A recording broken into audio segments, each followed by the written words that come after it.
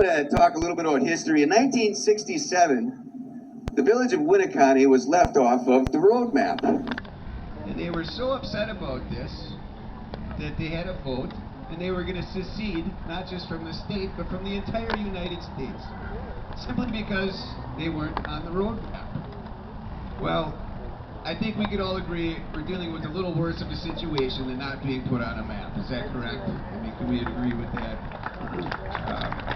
And unfortunately, speaking of history, we've been through the lies, the deceit, the backroom deals, the lack of transparency, and there's so many of these experiences that I can't just name one, but I'm pretty sure that we can remember one of these, and the people that remember the most will be our children. Yeah, that's right. This church says unmask our children. Right. I think you can remember we've all been through this tyrannical situation once before. So I've also heard people say, well, this stuff doesn't happen in Winneconne, and there's no, you're making it up, you're blowing it out of proportion. Well, today you're actually going to hear from a parent whose child unfortunately has had horrible experiences, and she's going to talk to you about that and share her experience with you. I do want to encourage everyone that's here to show up to board meetings and also show up and run for office, run for the school board, run for the county boards, get involved. The people need to get involved. We all need to get involved. I want to throw out a special thanks to Ray's Sanitation, Leo's Service Station, Firehouse Subs, Valley Popcorn, everyone that's here today and everyone that's helping out, especially the speakers. And I do have to give a special thanks to my wife. She was on vacation in Presque Isle for a couple of weeks, and there was no service, no internet, so when she came home from her vacation, she suddenly found out what we were up to. So, guess what, sweetheart? We're having a rally. And the American Federation of Teachers, because they're corrupt to the core. And simply Governor Walker wanted to balance the budget, and it was about time he got dumped with a $5 billion deficit or debt. That's what he simply wanted to do.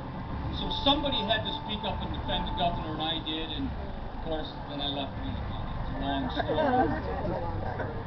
But when I think of it, when I think of this beautiful community, I think of this God-given gift around here. I see beautiful Americans who love God and love this country and love this republic. And when you see the sinister nature of what's creeping and flooding across the United States of America, we need to be here now, speaking up and standing up against the tyranny that wants to take our children.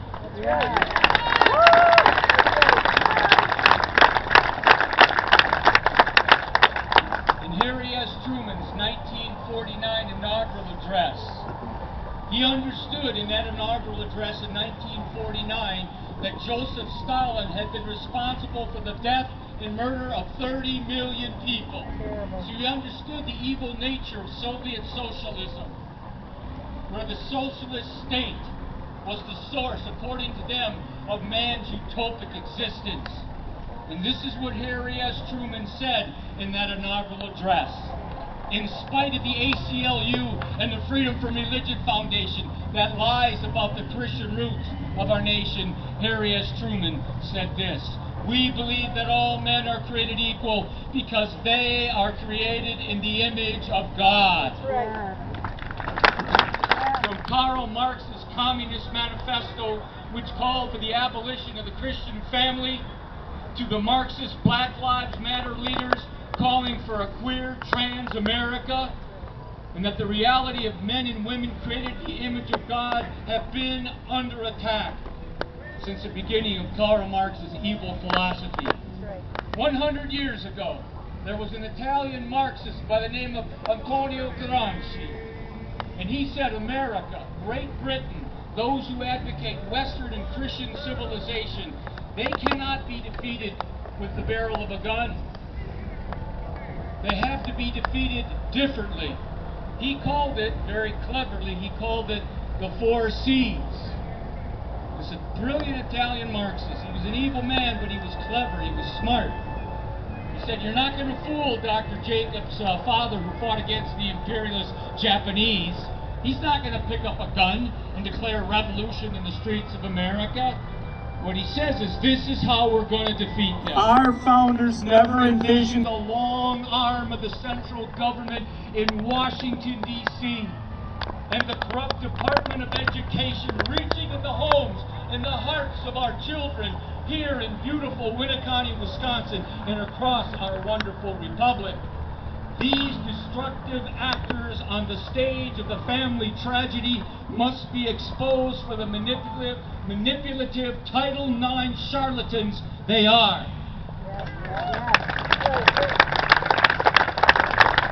We know they are lying. They know we know they are lying, but they keep on lying nonetheless. And we must not live by their lies and allow them to get away with their lies, whatever the cost may be. Washington, D.C., to hell with your money. Our children are more important.